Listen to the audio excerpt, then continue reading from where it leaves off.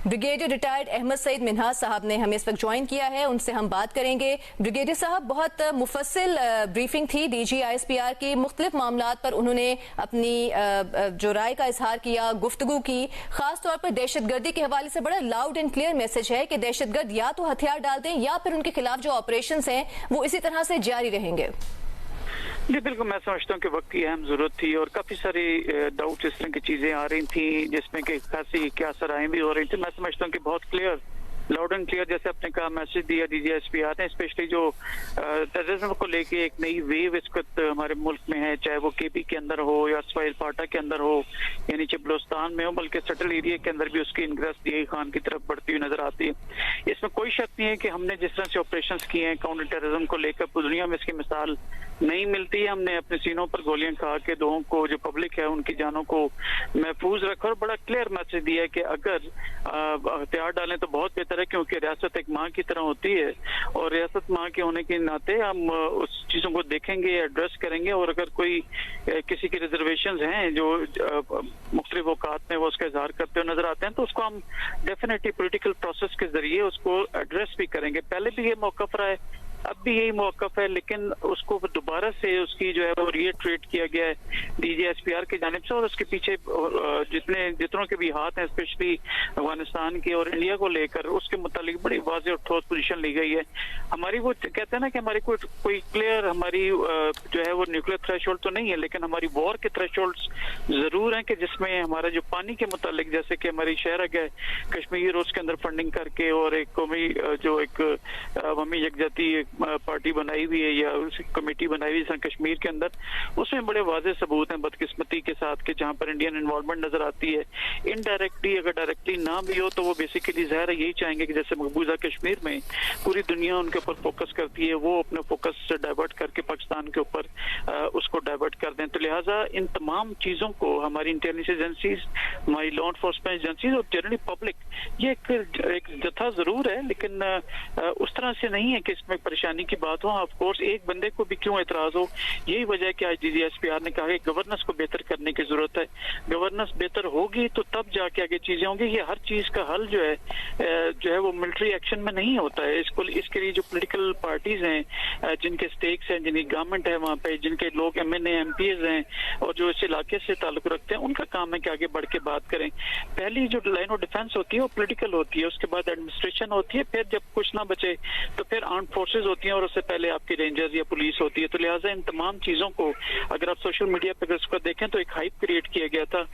इस जो प्रेशर की जो जरूरत थी, मैं समझता हूँ कि वो अशद जरूरी थी, लेकिन हर वक्त डीजी ISPR ज़ाहिर है कि वो कोई इंटरनेशनल खुदा न खास्ता जंग तो नहीं हो रही है। ये इंटरनल एक किस तरह का फसाद है कि जिसके ऊपर जो लोकल गवर्नमेंट को, लोकल एडमिनिस्ट्रेशन को, लोकल जो हमारी डोमेस्टिक लॉ एनफोर्समेंट एजेंसीज हैं उनको एक्शन लेना है। लेकिन ऑफ कोर्स सारी निगाहें चूंकि आर्म फोर्सेस की जानिब पूरी हमारी कौम को एक उम्मीदें वाबस्ता होती हैं, तो लिहाजा उन उम्मीदों को वो सामने रखते हुए डीजी ISPR ने ये तमाम प्रेस ब्रीफिंग की है।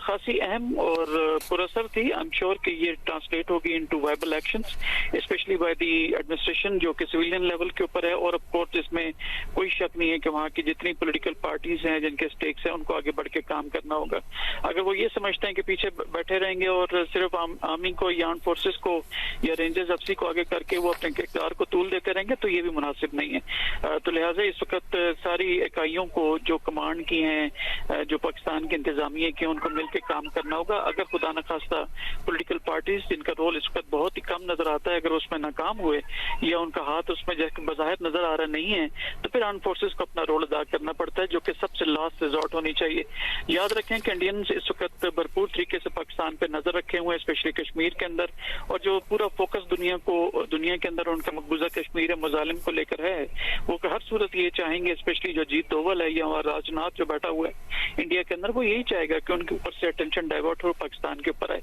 तो इस तमाम कोशिशों के अंदर सोशल मीडिया के जरिए वो कामयाब होने की कोशिश करें, लेकिन ऐसा आर्म फोर्सेस या पॉलिटिकल पार्टीज या पॉलिटिकल गवर्नमेंट کو نہیں ہونے دینا چاہیے. یہی وجہ ہے کہ وہاں پہ سختی سے آنی ہاتھوں سے نمٹنے کی ضرورت ہے, بالخصوص ان ایلیمنٹس کے اگینسٹ جو پاکستان کی اکائی کو یا پاکستان کی بنیادوں کو جو ہے یا اس کی ریپوٹیشن کو داغدار کرنے کی کوشش کرتے ہیں. تو لہٰذا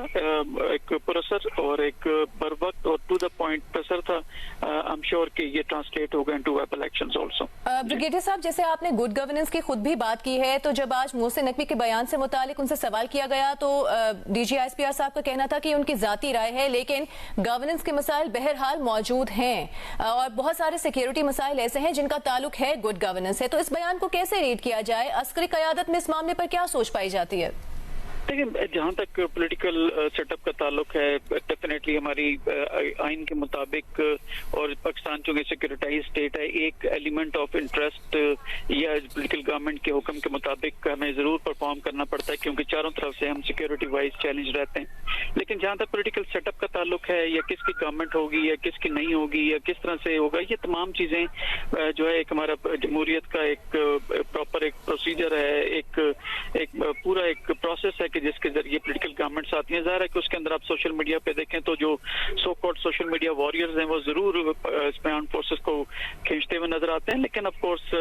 پوری دنیا اس بات کو جانتی ہے کہ جو پولیٹیکل پارٹیز اپنی چالیں چلتے ہیں سیاسی لیول کے اوپر اور اس کے اندر کامیاب یا ناکام ہوتے ہیں. اب کل جو ایک اکنامک فورم کے اوپر جو اسلام آباد میں محسن نقوی صاحب نے بات کی, تو وہ بالکل میں اس کی تائید کرتا ہوں اس لحاظ سے کہ جو ڈی جی ISPR نے کہا ان کی تائید اس لیے کرتا ہوں کہ وہ ایک پولیٹیکل گورنمنٹ کا ایک حصہ ہیں, انٹیریئر منسٹر ہیں, اور آف کورس ان کے اوپر خاصا پریشر ہے امن و امان کو لے کر. تو امن و امان اسی صورت میں بہتر ہوگا جب پولیٹیکل پارٹیز یا مختلف جن کی گورنمنٹ ہے وہاں پر آزاد کشمیر میں یا دیگر جو ایڈمنسٹریشن کے جو لوگ ہیں, اگر وہ اپنی کاروائیاں نہیں کریں گے اور پیچھے ہٹ کے بیٹھ جائیں گے اور اپنے آپ کو جو ہے وہ اپنی ریٹ کو اسٹیبلش نہیں کریں گے, تو پھر سسٹم جو ہے اس کے اوپر چیلنج ہوتا ہے, اس پہ کوشچن اٹھتے ہیں, اور پھر تمام کا تمام بوجھ جو ہے وہ منسٹری آف انٹیریئر کے اوپر آ جاتا ہے. تو منسٹر آف انٹیریئر نے اس لیے کہا کہ اس وقت وہاں پہ ایک نظام کو بہتر کرنے کی ضرورت ہے. اس کا بہرحال بالکل یہ مطلب نہیں ہے خدا نہ خواستہ کوئی پولیٹیکل سیٹ اپ میں میرے خیال میں کوئی چینج اگر ہوتی بھی یا آنے کا ہوتا بھی ہے تو وہ جمہوریت کا ایک حصہ ہے جو کہ پولیٹیکل پارٹیز آپس میں کرتی ہیں. لیکن میرا نہیں خیال کہ اس میں کسی بھی صورت آرمڈ فورسز کو انٹرسٹ ہونا چاہیے یا وہ کسی کو فوقیت دیں یا کسی کو مائنس کریں. ہاں یہ ضرور ہے کہ اس میں کوئی شک نہیں ہے کہ جس طریقے سے ایڈمنسٹریشن کو یا پولیٹیکل گورنمنٹ کو اپنی ریٹ اسٹیبلش کرتے ہوئے وہ نظر آنا چاہیے, وہ اس طرح نظر نہیں آ رہی, اور ہم تمام یہ لوگ بہتر طور پہ دیکھ بھی رہے ہیں اور جانتے بھی ہیں, اور لوگ وہاں پہ اس چیز کی شکایت بھی کرتے ہوئے نظر آتے ہیں. تو اس سلسلے میں ایک منسٹر نے اپنی ایک اوپینین دی ہے, اس کو غلط رنگ میرے خیال میں بہرحال دینے کی ضرورت نہیں ہے, اور اسی لیے ڈی جی ISPR نے اس کی کلیئرٹی بھی دے دی ہے. بریگیڈیئر صاحب, بلوچستان کے بارے میں خاص طور پہ بات کرتے ہوئے ڈی جی ISPR صاحب کا کہنا تھا کہ وہاں پر ایک جان بوجھ کر یہ تاثر پیدا کیا جاتا ہے, وہاں کے بارے میں نیریٹو بنایا جاتا ہے کہ وہاں کے حالات خراب ہیں یا وہاں کے لوگوں میں احساس محرومی ہے. ان کا کہنا تھا کہ وہاں کا مین مسئلہ وہاں کے سردار یا ایلیٹ طبقہ ہے, سردار کلچر کی وجہ سے وہاں کا جو عام بچہ ہے یا عام آدمی ہے وہ آگے نہیں آ پاتا. اس کے بارے میں آپ کیا کہیں گے, اور اس مسئلے کے حل کے لیے ایک وائز حکمت عملی کیا ہو سکتی ہے, کیسے اس معاملے کو حل کیا جا سکتا ہے کہ اگر سردار کلچر کی وہ وہاں پہ بات کر رہے ہیں؟ دیکھیں 70s سے وہاں پر آپ کو پہلے ہی پتا ہے کہ آپریشن کیا گیا تھا, اس وقت بھی جو سردار تھے وہاں پر وہ اپنی ریٹ قائم کرنا چاہتے تھے. بدقسمتی سے وہاں پر جتنے ترقی کے جو پروجیکٹ ہوتے ہیں ڈیولپمنٹ کے, اس کے اندر بھی اگر کوئی ٹھیکیدار جا کے وہاں پہ مثال کر کے اپنے کوئی کام اس نے کرانے ہوتے ہیں تو ڈائریکٹ پیمنٹ جو ہے, اس کا تو میں خود بھی جو ہے وہ مجھے اس کی پریکٹیکل ایکسپیرینس ہے کہ وہ ڈائریکٹ ان مزدوروں کو تنخواہ بھی نہیں دیتے کہ اور وہ کہتے ہیں کہ ہمارے ذریعے دیے جائیں, تو لہٰذا وہ پیسہ بھی ان کے اپنے ہاتھ میں ہوتا ہے. تو اگر فار ایگزامپل اگر 100 روپیز دینے ہیں کسی مزدور کو, میں مثال دے رہا ہوں, فار ایگزامپل 1000 روپیز دینے اگر اس وقت کے دور میں 2015-16 میں وہاں پہ تھا,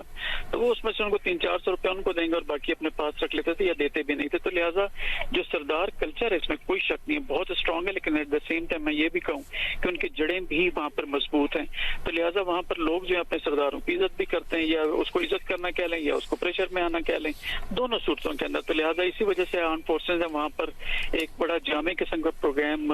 چلایا تھا 2010 سے لے کے, بلکہ اس سے بھی کچھ پہلے سے. ہم نے winning of hearts and minds ویم نامی ہم نے پروگرام چلایا تھا کہ جس میں ہم لوگوں کے دلوں اور دماغوں کو جیتنے کی کوشش ہم نے کی, اور جس میں خاطر خواہ میں کامیابی بھی ہوئی, اور ہم نے وہاں پر جتنے وہاں کے جو لوگ تھے ان की हमने सपोर्ट की, उनको नौकरियां दी, उनको बच्चों को मुख्तलिफ पब्लिक स्कूल्स के अंदर भेजा कि ताकि वहाँ तालीम हासिल करें। मुफ्त तालीम जो है उनका हमने अरेंज किया मुख्तलिफ यूनिवर्सिटीज़ में, जो पंजाब के फॉर एग्जाम्पल KP के अंदर या for that matter Quaid-e-Azam university जैसे इस्लामाबाद में, तो हमने मुफ्त वहाँ तालीम भी फेडरल गवर्नमेंट ने उनका बोझ उठाया। हमने ज़रूर कोशिश ये की है, लेकिन बदकिस्मती से वहाँ पे जो सरदार हैं वो कभी भी ये नहीं चाहते कि वहाँ पर तरक्की हो, डेवलपमेंट हो, क्योंकि अगर तरक्की डेवलपमेंट आई तो वहाँ के लोग जो है फिर अपने क्वेश्चंस करेंगे उनके अथॉरिटी को। तो एक कैश 22 सिचुएशन है कि जहाँ पर आप सरदारों के बगैर चल भी नहीं सकते। एक पुरानी ट्रेडिशनल वहाँ पे एक रवायतें कायम हैं, एट द सेम टाइम वहाँ पे जो है वो अगर तरक्की करना चाहें तो उसको भी होने नहीं देते हैं। तो लिहाजा कैश 22 है, पैराडॉक्सल काइंड ऑफ सिचुएशन है, दरमियानी रास्ता इख्तियार करते हुए आर्म फोर्सेस भी और जो वहाँ पर न्यूट्रल जो गवर्नमेंट जो भी आती है वो भी कोशिश करती है कि वहाँ पर डेवलपमेंट। यहाँ पर अगर मैं कता कलामी की माजरत, यहाँ पर फिर क्या गुड गवर्नेंस का रोल यहाँ पर आता है, जिसकी निशानदेही भी की है DG ISPR साहब ने, क्योंकि बड़ा एक हसास मामला है, उसको हैंडल करने के लिए एक पॉलिटिकल विल और गुड गवर्नेंस साथ साथ बहुत जरूरी है। जी बिल्कुल, देखें इसमें कोई शक नहीं है, पॉलिटिकल विल अगर होगी तो तभी होगा, लेकिन अगर वेस्टेड पॉलिटिकल इंटरेस्ट अगर होते हैं तो बदकिस्मती से ना सिर्फ बलूचिस्तान के अंदर ये चीजें बड़ी वाज़ेह तौर पे देखी जाती है, बल्कि अर्सल फाटा में जो मलिक्स थे, जो कि मलिक्स कल्चर अगेन मैं कहूँगा बहुत स्ट्रॉन्ग कल्चर था, लेकिन अनफॉर्चुनेटली उनके भी फिर अपने इंटरेस्ट थे और वो भी वहाँ पर डेवलपमेंट नहीं होने देते थे। ये वजह है कि बलूचिस्तान में जब सड़कें बनाने या हमने कैडेट कॉलेजेस बनाने की कोशिश की या स्कूल वहाँ बनाने की कोशिश की तो खासी रिजल्टमेंट थी उनको, जो अगर आप देखें तो धमाकों से उड़ाया जाता रहे उन्हीं स्कूल्स को ताकि वहाँ पे तालीम ना आए। तो लिहाजा जो पॉलिटिकल विल है बेसिकली उसको जरूर पॉलिटिकल वेस्टर्न इंटरेस्ट के पीछे जो है वो हेज बिहाइंड करते हुए वहाँ के मलिक्स या सरदार नजर आते हैं। इनको मेरे ख्याल में कौमी धारे में आने के लिए किसी न किसी फोरम के ऊपर, नेशनल फोरम में मे भी अब नेशनल डिफेंस यूनिवर्सिटी में जहाँ पर नेशनल सिक्योरिटी वर्कशॉप्स होती हैं उनके वहाँ पे अरेंज किया जाए ताकि उनको असल हकीकत जो दो उनको पता है लेकिन उसको दोबारा से उसको रीइटरेट किया जाए ताकि मुल्क की जो कौमी धारा है उसमें उनको शामिल किया जा सके। जी बहुत शुक्रिया आपका। ब्रिगेडियर रिटायर्ड अहमद सईद मिन्हास साहब, आप जियो न्यूज से गुफ्तगू कर रहे थे।